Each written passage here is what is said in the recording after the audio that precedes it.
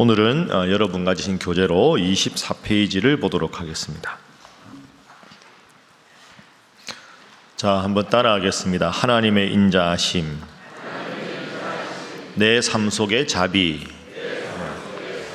예, 하나님의 인자하심을 내가 삶 속에서 마음으로 갖는 것이 자비입니다. 자, 오른손 한번 펴보시죠. 첫 번째 열매가 뭡니까? 그 다음이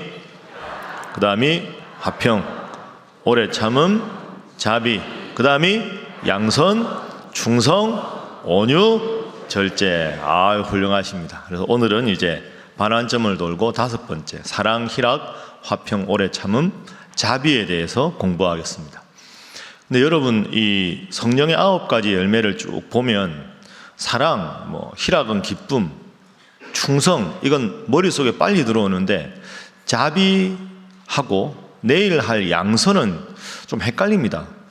자비는 우리가 아는 대로 그냥 사랑하는 마음가짐이 자비고, 양선은 어질 양자의 착할 선자거든요. 자비나 양선이나 비슷한 것 아닌가 이렇게 생각할 수 있는데, 우선 구분을 해보면 성경에 보면 하나님의 속성을 말할 때 하나님의 인자하심, 여호와께 감사하라 그는 선하시며 인자하심이 영원함이로다. 그러니까 하나님의 속성을 표현할 때 따라하겠습니다. 인자하심. 그러니까 하나님의 그 인자하신 마음을 내가 본받아서 마음에 가진 게 자비입니다. 영어로는 kindness 있습니다. 그래서 자비라는 단어를 들으면 더 정확한 번역은 여러 가지 번역이 가능한데 친절한 마음입니다. 친절한 마음. 그러니까 사랑과 희락과 화평과 오래 참음과 자비인데, 자비는 친절한 마음. 친절이라는 번역이 더 정확한 번역이라고 생각합니다. 그러면 내일 할 게 뭐라고요? 양선입니다. 양선. 양선은 영어로 goodness입니다. 좋은 것, good. 좋은 것. 그러니까 오늘 자비와 내일 양선이 어떻게 구분이 되냐 하면, 하나님의 인자하심을 따라서 내가 마음에 누군가를 사랑하는 친절한 마음을 가진 상태가 자비고, 그 친절한 마음을 실제로 행동으로 드러내는 게 양선입니다. 그래서 오늘은, 그리고 내일은 하나님의 마음을 갖는 것, 착한 마음, 친절함이고, 친절한 마음이 겉으로 드러난 행동으로 나오는 것이 양선이다. 이렇게 생각하시면 되겠습니다. 자비는 친절함, 양선은 그것을 행동으로 드러내는 것, 이렇게 생각하시죠.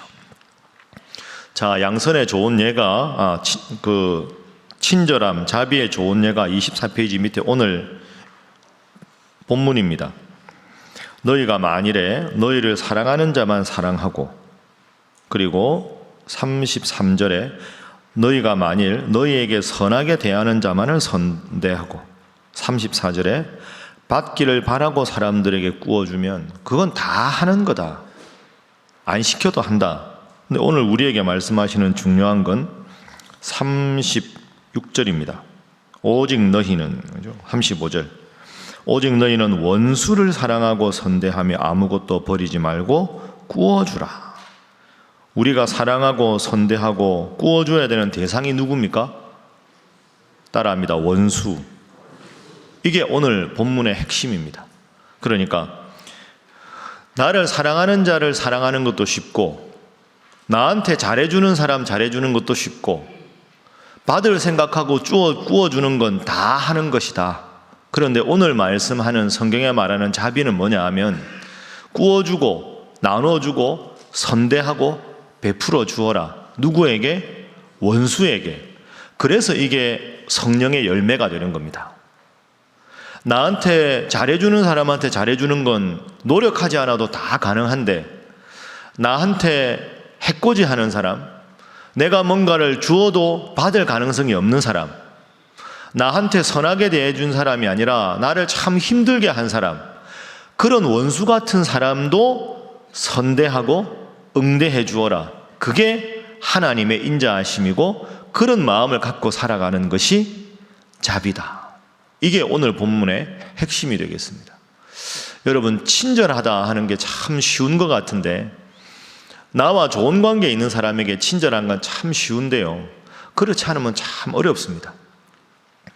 어느 백화점에 실제로 있었던 일인데요, 백화점 점주께서 백화점 매상을 좀 엄청나게 좀 많이 늘려야 되겠다 이렇게 생각하고 초특급 여자 탤런트를 백화점 모델로 세우고 백화점을 리모델링을 다 하고 파격 세일도 하고 엄청나게 마케팅을 많이 했습니다.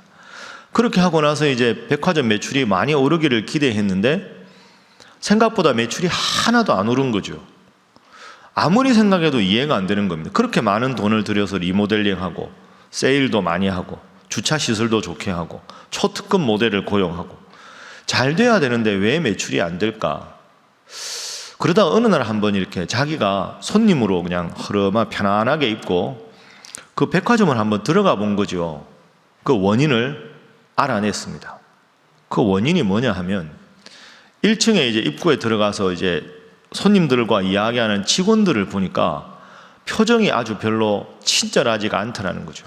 심지어는 저쪽의 매장에서는 손님하고 백화점 직원이 서로 티격태격 말다툼하는 걸 본 겁니다. 그래서 이거다.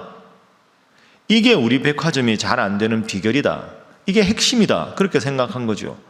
여러분 맞습니다. 그죠? 아무리 뭐가 외적으로 잘 돼도 우리가 사람이 사람을 만나서 고객을 만날 때 친절하게 환한 미소로 대하면 그것 때문에 다시 오고 싶고 고마운 마음이 드는데 아무리 모든 걸 완벽하게 해두어도 나를 대하는 그분의 말투가 퉁명스럽고 전혀 친절하지 않고 내가 우대받는다, 존중받는다는 느낌이 없으면 그것은 별로 오고 싶지가 않습니다.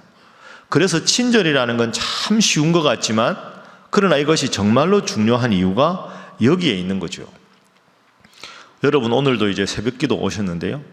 저도 이제 오늘 오니까 우리 주차하시는 우리 집사님들이 벌써 주차하러 계시지 않습니까? 그리고 이제 올라오면 계단 아래쪽, 계단 위쪽에 안내하는 집사님들 계십니다.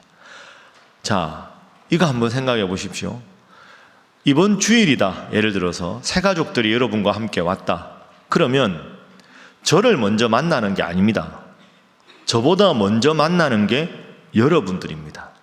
주차 안내하시는 분, 밑에서 안내하시는 분, 주보 나눠주는 분들, 그리고 새가족 팀들, 그리고 여러분들끼리 인사하는 표정, 이게 예배당 들어오기 전에 그들이 먼저 느끼는 교회에 대한 첫 인상입니다.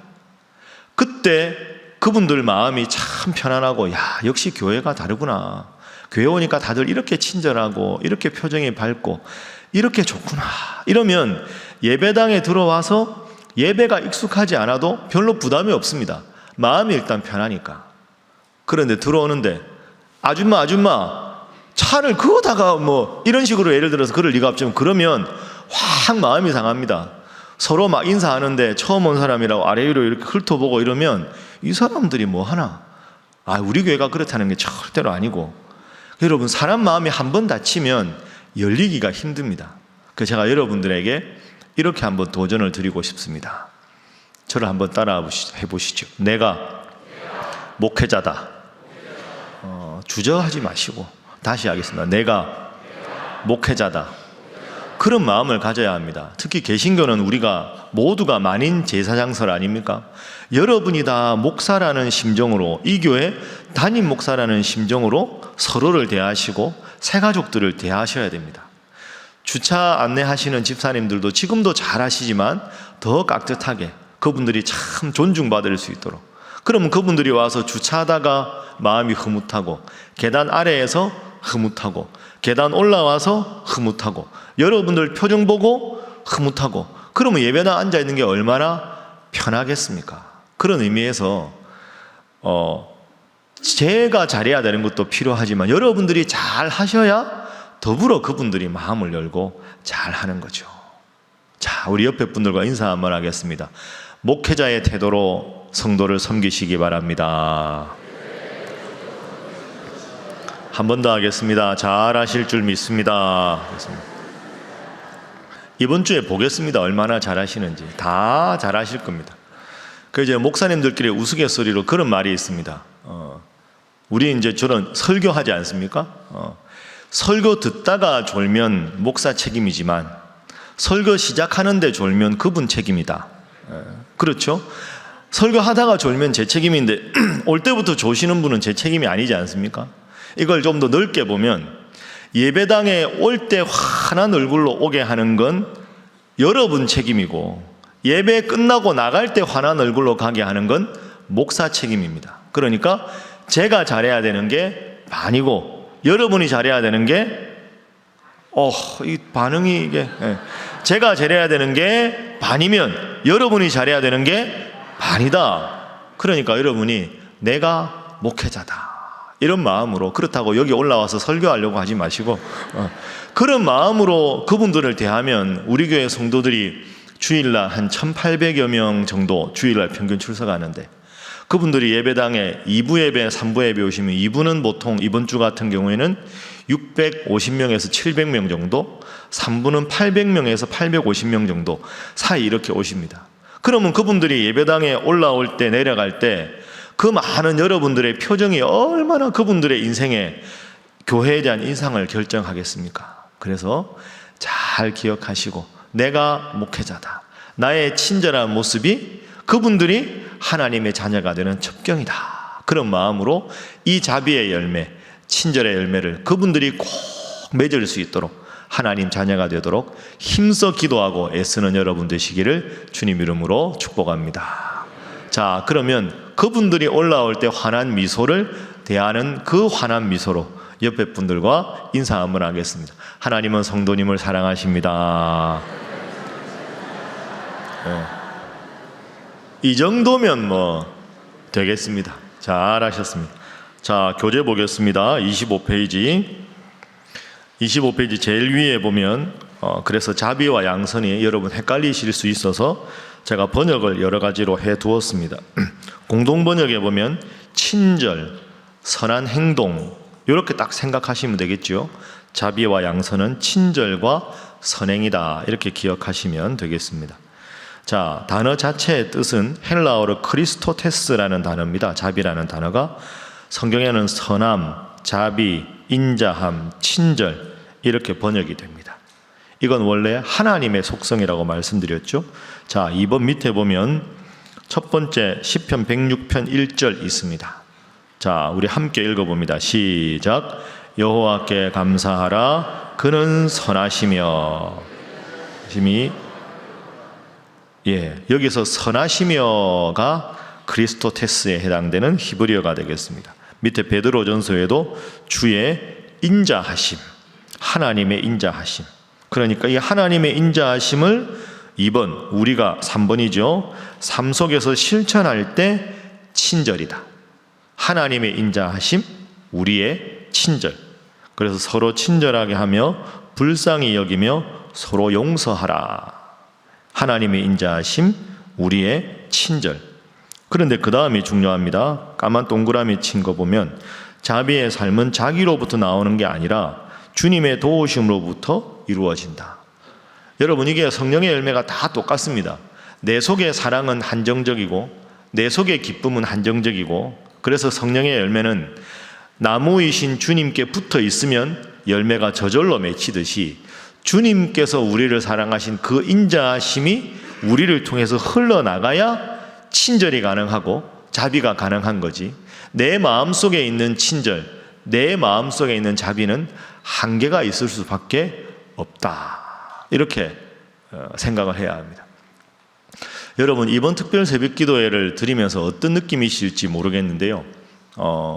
이제 생각을 해보면 다르게 교훈을 들을 때는 큰 부담이 없는데 사랑, 희락 이런 거는 하루하루 하면 꼭 그날 실천을 해야 되지 않습니까? 그래서 이게 은근히 부담입니다. 오늘도 제가 친절에 대해서 설교하면 제가 아주 친절해야 될 거 아닙니까? 어제 바자회를 했습니다. 서울로 예전도에 바자회를 하니까 제가 간단하게 설교하고 10시 반에 이렇게 한 바퀴 둘러서 인사하고 11시 좀 넘어서 이제 방에 들어왔는데, 새벽기도 끝나고 국밥 한 그릇 먹으니까 배가 고프지 않습니까? 그래서 11시 반에 우리가 점심 식사 시간인데 11시쯤에 제가 부목사님들 방에 할마리에서 들어갔습니다. 아무도 없어요. 아침 11시에 저만 놔두고 이게 무슨 일인가 싶어가지고 안쪽 방에 소리가 나서 안쪽 방을 문을 열어보니까 세상에 김밥도 가져오고 순대도 가져오고 이렇게 제가 어떻게 이럴 수가 있습니까? 나한테 먹어보라고 말이라도 좀 해야지. 어떻게, 목사님 아직 식사 시간이 안 돼서. 식사 시간이 안 되면 당신들은 왜 지금 먹고. 나도 아침에 국밥 먹었는데 그래도 말이라도 목사님 드실래요? 물어야지. 어떻게 이렇게 하냐고 제가 농담삼아 이야기하니까 부목사님들이 목사님 오래 참으셔야 됩니다. 네, 그냥 웃고 말았는데 이게 부담입니다. 이게 그죠? 이게 이런 거 하나하나 실천해 나가는 게 웃고 말았는데요. 네, 오늘은 여러분 친절을 훈련하셔야 됩니다. 친절. 근데 이게 내가 하기가 힘듭니다. 내 마음속에 친절은 한계가 있고 지금처럼 환절기고 새벽부터 나오면 몸이 피곤하거든요. 몸이 피곤하고 지치면 나도 모르게 내 마음속에 친절과 사랑보다는 짜증이 있고 자꾸 예민할 수 있는데 그런 의미에서 더 내가 가진 것으로 친절하기는 힘든다. 하나님께서 인자하신 그 마음을 내가 받아서 그것으로 서로에게 실천해야 친절을 실천할 수 있다. 그래서 여기 썼습니다. 산출적인 성격을 가진다. 그러니까 주님부터 나에게 와서 내가 그걸 나누는, 나에게서 능동적으로 나오는 게 아니라 주님으로부터 오는 산출적인 성격을 가진다. 그리고 그 다음에 하나님의 구원을 알지 못하는 사람들한테는 이 자비가 없습니다. 근데 여러분 이런 생각을 할 수 있죠. 목사님 그거 아닙니다. 예수 안 믿는 사람 중에 얼마나 친절하고 자비로운 사람이 많습니까? 맞습니다. 그런데 이 본문에서 말하는 로마서 3장 12절 말씀에 선을 행하는 자가 하나도 없다. 이 말씀은 어떤 뜻이냐 하면 24페이지 아까 읽은 말씀 보십시오. 사랑하는 자만을 사랑하고 33절에 선하게 대하는 자를 선대하고 34절에 받기를 바라고 사람에게 꾸어주고 이러는 게 세상적인 친절이라는 거죠. 그런데 세상 사람 중에 아까 우리가 읽은 말씀에 35절 원수를 사랑하고 선대하고 바라지 않고 꾸어주는 사람은 없다. 그런 의미에서 세상적인 친절이 아니라 원수까지도 선대하고 사랑하는 그런 일은 세상에서는 찾아보기가 힘들다. 나도 힘들다. 그래서 주님께서 나에게 인자하신 그 사랑을 친절함으로 나누는 것, 그게 참된 자비인데 그 참된 자비는 신앙이 아니고는, 믿음이 아니고는 실천하기가 어렵다 하는 것이 본문의 말씀이 되겠습니다. 자, 다음 페이지 넘어가 보겠습니다. 그래서 큰 2번, 자비로운 삶은 어떤 삶인가? 1번이 중요합니다. 원천을 어디에 둔다? 하나님께 둔다. 그러니까 하나님을 잘 믿는 마음, 하나님을 사랑하는 마음이 있으면 내 마음속에 하나님의 인자하심이 깃들게 되고 그것을 실천해 나가는 것이 자비가 된다. 특히 이 자비라는 열매는 두 번째 말씀드린 대로 약한 사람, 소외된 사람들을 배려하는 태도로 나타납니다. 나보다 지위가 높은 사람, 내가 예를 들어서 직원이면 고객들에게 서비스를 잘해야 단골이 많아지니까 이해관계를 바라고 친절한 건 가능한데 내가 돕지 않아도 되는 사람에 대해서는 무시하는 경향이 많고 또 내가 해야 될 일이 아닌 일에 대해서는 친절하게 자비롭게 대하기가 참 힘들다 하는 거죠.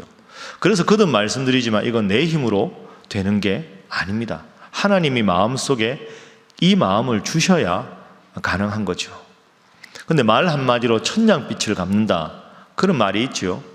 주님께서 이 주신 마음을 제가 평상시에 우리가 잘 훈련하고 간직하면 우리가 얼마나 하나님 앞에서 유익하게 쓰임을 받겠습니까? 제가 예화를 하나 썼는데 어느 여직원의 경험담이라는 게 있죠. 이거 실제 있었던 일인데 제가 한번 읽어보겠습니다. 한 회사의 여직원이 일이 많아 야근을 하는데 조용한 사무실에 전화벨 소리가 요란하게 울려 퍼졌다. 밤밤중에 야근하는데 혼자 전화가 울렸습니다. 전화를 받으니까 잘못 걸려온 전화입니다. 네, 전화를 잘못하셨습니다. 편안한 밤 되시기 바랍니다. 여직원은 친절하게 응대하고 전화를 끊었다. 또다시 전화벨 소리가 울렸다. 방금 전에 전화를 잘못 건 사람이었다. 여직원은 다시 네, 전화번호를 확인하고 다시 전화하시면 좋겠습니다. 좋은 밤 되십시오. 이번에도 아주 친절하게 응대를 했습니다. 그런데 또 세 번째로 똑같은 전화가 왔습니다. 여러분 같으면 어떻게 하겠습니까? 처음에는 좋은 마음으로 했는데 두 번째 전화번호 좀 확인하세요. 세 번째 왔는데 뭐 하세요? 뭐 이럴 수도 있는데 이 여직원은 세 번째 전화 왔을 때 이렇게 이야기했답니다. 자꾸 목소리를 들으니 반갑습니다. 자꾸 목소리를 들으니 반갑습니다. 저희 회사는 파이프를 생산하는 회사입니다. 혹시 파이프가 필요하시면 이 전화번호 기억하셨다가 꼭 전화 주십시오. 좋은 밤 되십시오 하고 세 번째도 전화를 친절하게 받고 끊었다는 거죠. 며칠 후에 사장실로 상상도 할 수 없을 만큼 어마어마한 양의 파이프를 주문하겠다는 전화가 실제로 걸려왔습니다. 수화기 너머에 그 고객이 이렇게 말했답니다. 어느 친절한 여직원을 통해서 당신 회사에서 판매하는 모든 상품의 신용가치가 충분하다는 것을 증명할 수 있었습니다. 그래서 이렇게 주문하는 것입니다. 그러니까 이분이 고의로 그렇게 한 거죠. 그런데 이 여직원이 그렇게 똑같게 짜증날 수 있는 상황에서 친절하게 전화를 받고 자기 회사에 대한 프라이드가 있는 걸 보고 이 정도 직원이 있는 회사의 제품이라면 제품에 대한 질을 볼 것도 없이 주문해도 되겠다. 그러니까 이 여직원이 얼마나 이 회사에 큰 공헌을 한 겁니까? 여러분, 제가 목사가 아니라 저만 목사가 아니라 여러분이 뭐라고요? 여러분이 다 목사님이다, 목회자다 생각하십시오. 그럼 우리 교회는 1800명의 목회자가 있다.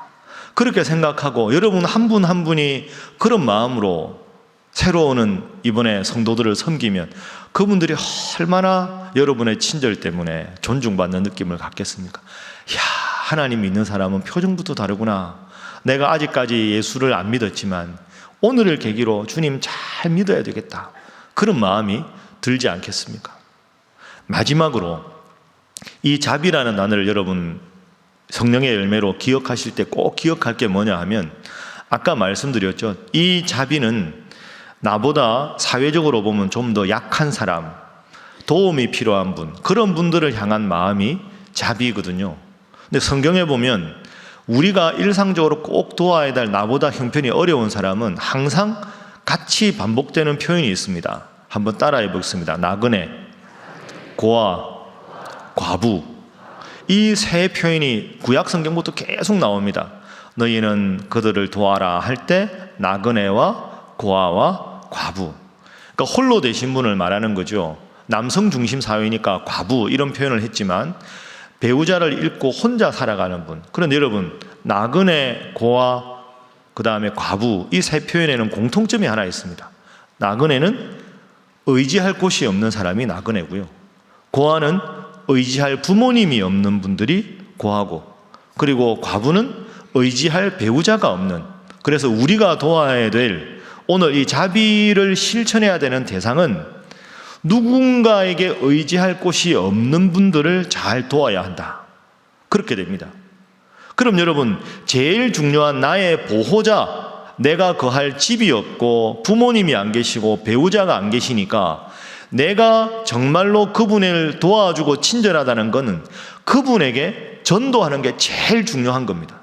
하나님이 나의 아버지가 되시고 하나님이 나의 의지처가 되시고 하나님이 나의 영원한 삶의 주인이 되신다.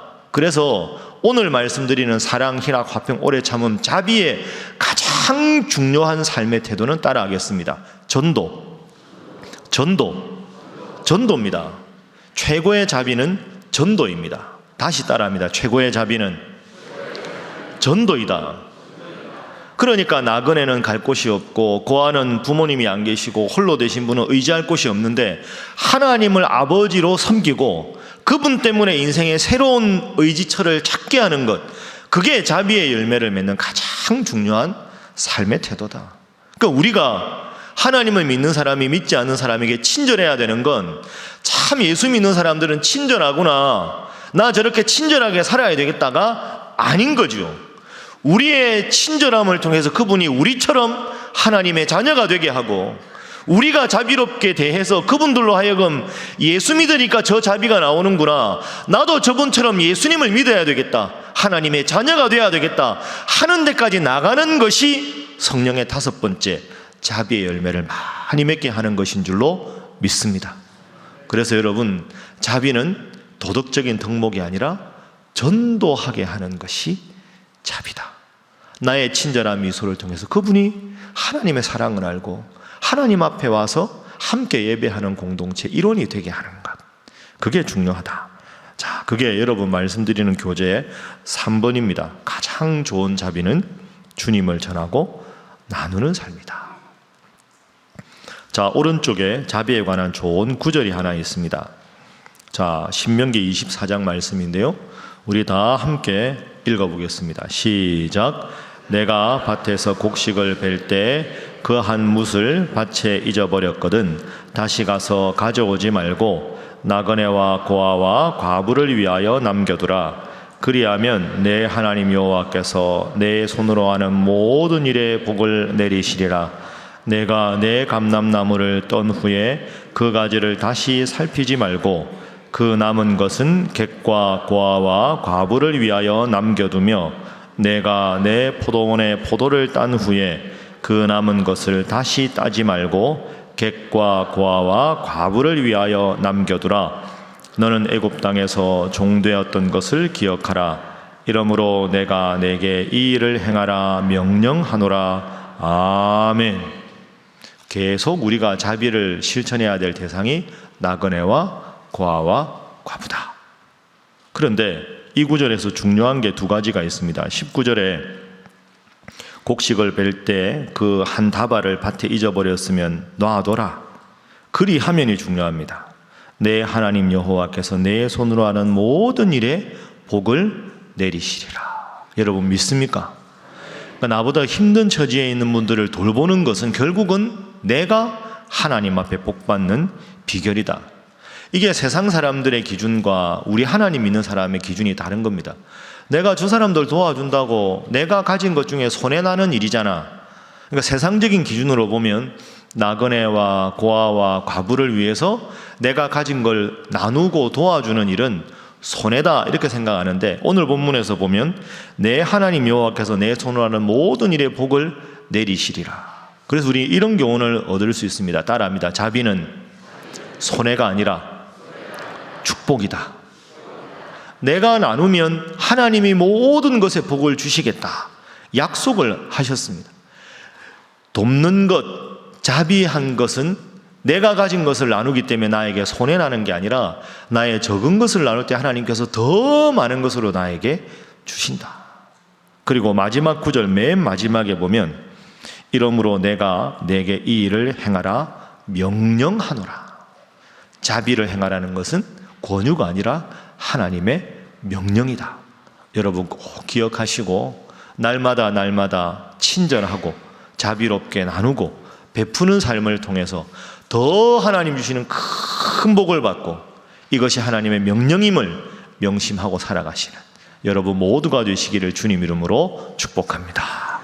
함께 기도하겠습니다. 하나님, 하나님의 인자하심을 제 마음에 늘 부어주셔서 그 하나님의 인자하심을 나의 친절한 마음씨로 나타내는 자 되게 하여 주옵소서.